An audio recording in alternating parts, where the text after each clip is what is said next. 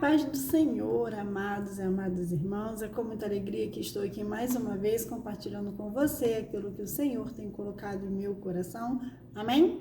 E hoje nós vamos continuar meditando e estudando no livro de Gênesis. No vídeo anterior nós vimos que Deus, ele começa a criar, a dar forma e a preencher aqui na terra.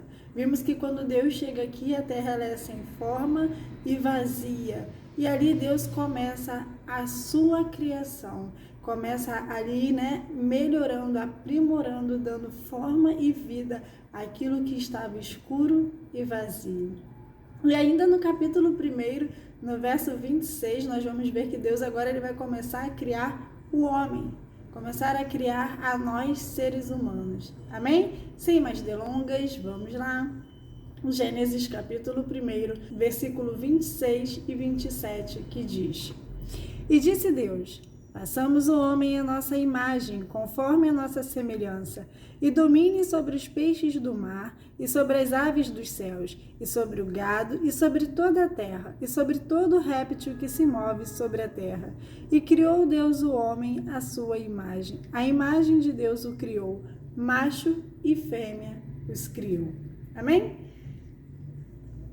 Amados, olha como é lindo cada detalhe que Deus ele escreve em sua palavra acerca da criação.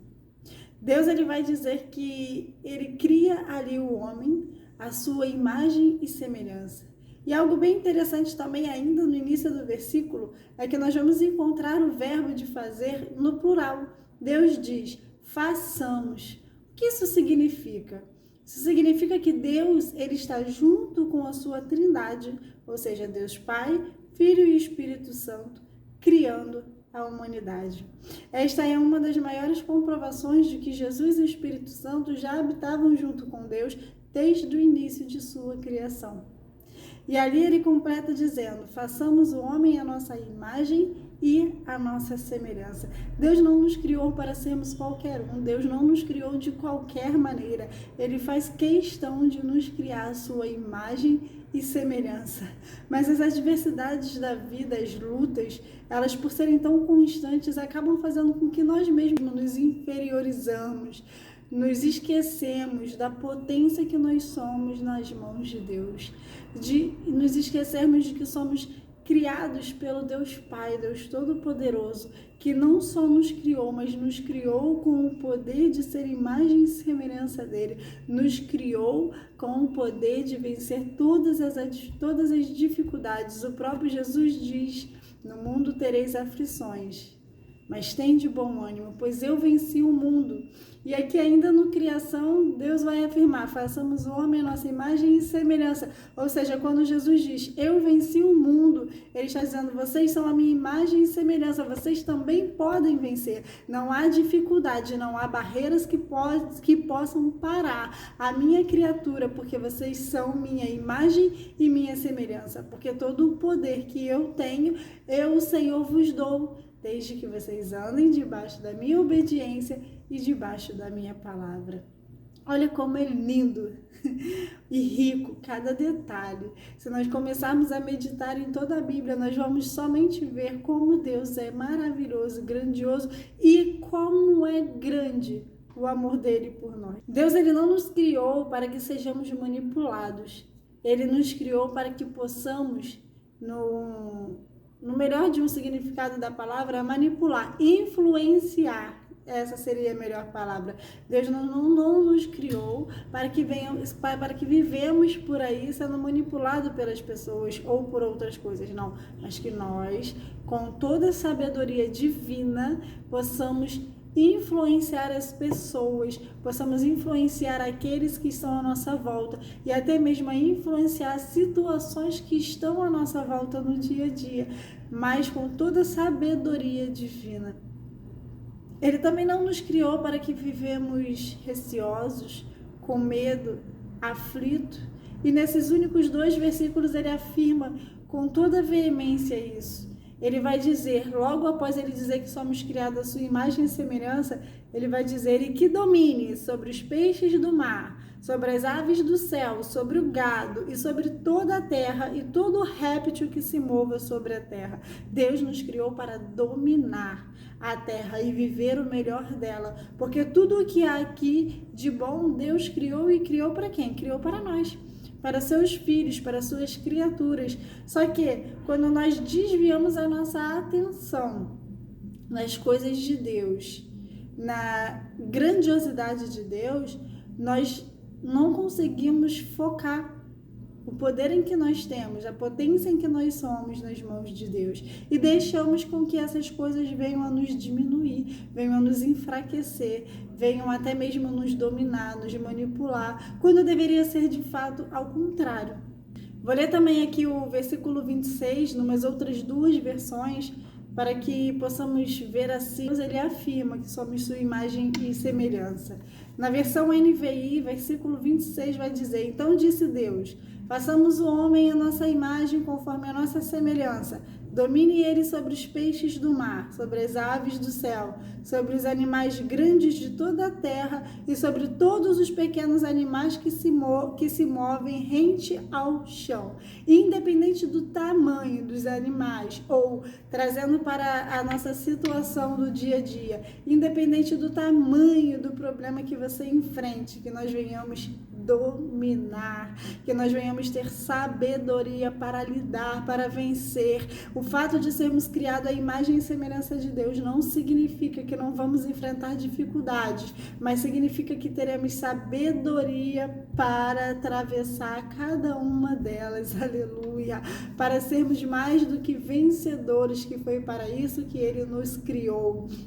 Versão ACF, versículo 26. Aí ele diz, agora vamos fazer os seres humanos, que serão como nós, que se parecerão conosco. Eles terão poder sobre os peixes, sobre as aves, sobre os animais domésticos e selvagens, e sobre os animais que se arrastam pelo chão. Agora vamos fazer os seres humanos, que serão como nós. Nós fomos criados para sermos como Deus. Mas entenda, não melhor do que Deus. Não se sentindo grande ao ponto de sermos ambiciosos ou orgulhosos, mas gratos por sermos criados como Deus, tendo a mesma capacidade que o Senhor, quando temos Ele como a nossa prioridade, como a nossa cabeça, como o nosso Pai, como o nosso líder. Aleluia! E se parecerão conosco quando nós vivemos debaixo da palavra do Senhor, somos semelhantes a Deus. As pessoas que não o conhecem olham para nós e veem em nós uma luz diferente. Sente ali, através da nossa presença, uma paz. Isso significa que eles conseguem ver em nós Deus.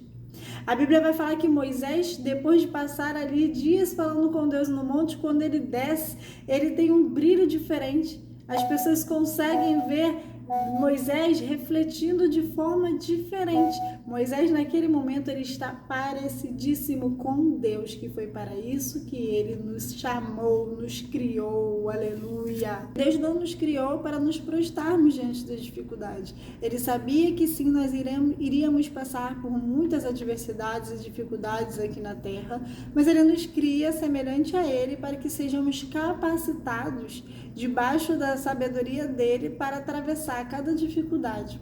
Quando nós temos Deus como nosso Senhor e somos obedientes à sua palavra, pode se levantar a dificuldade que for, mas ele nos capacita para vencer. E o próprio Jesus, ele vai afirmar isso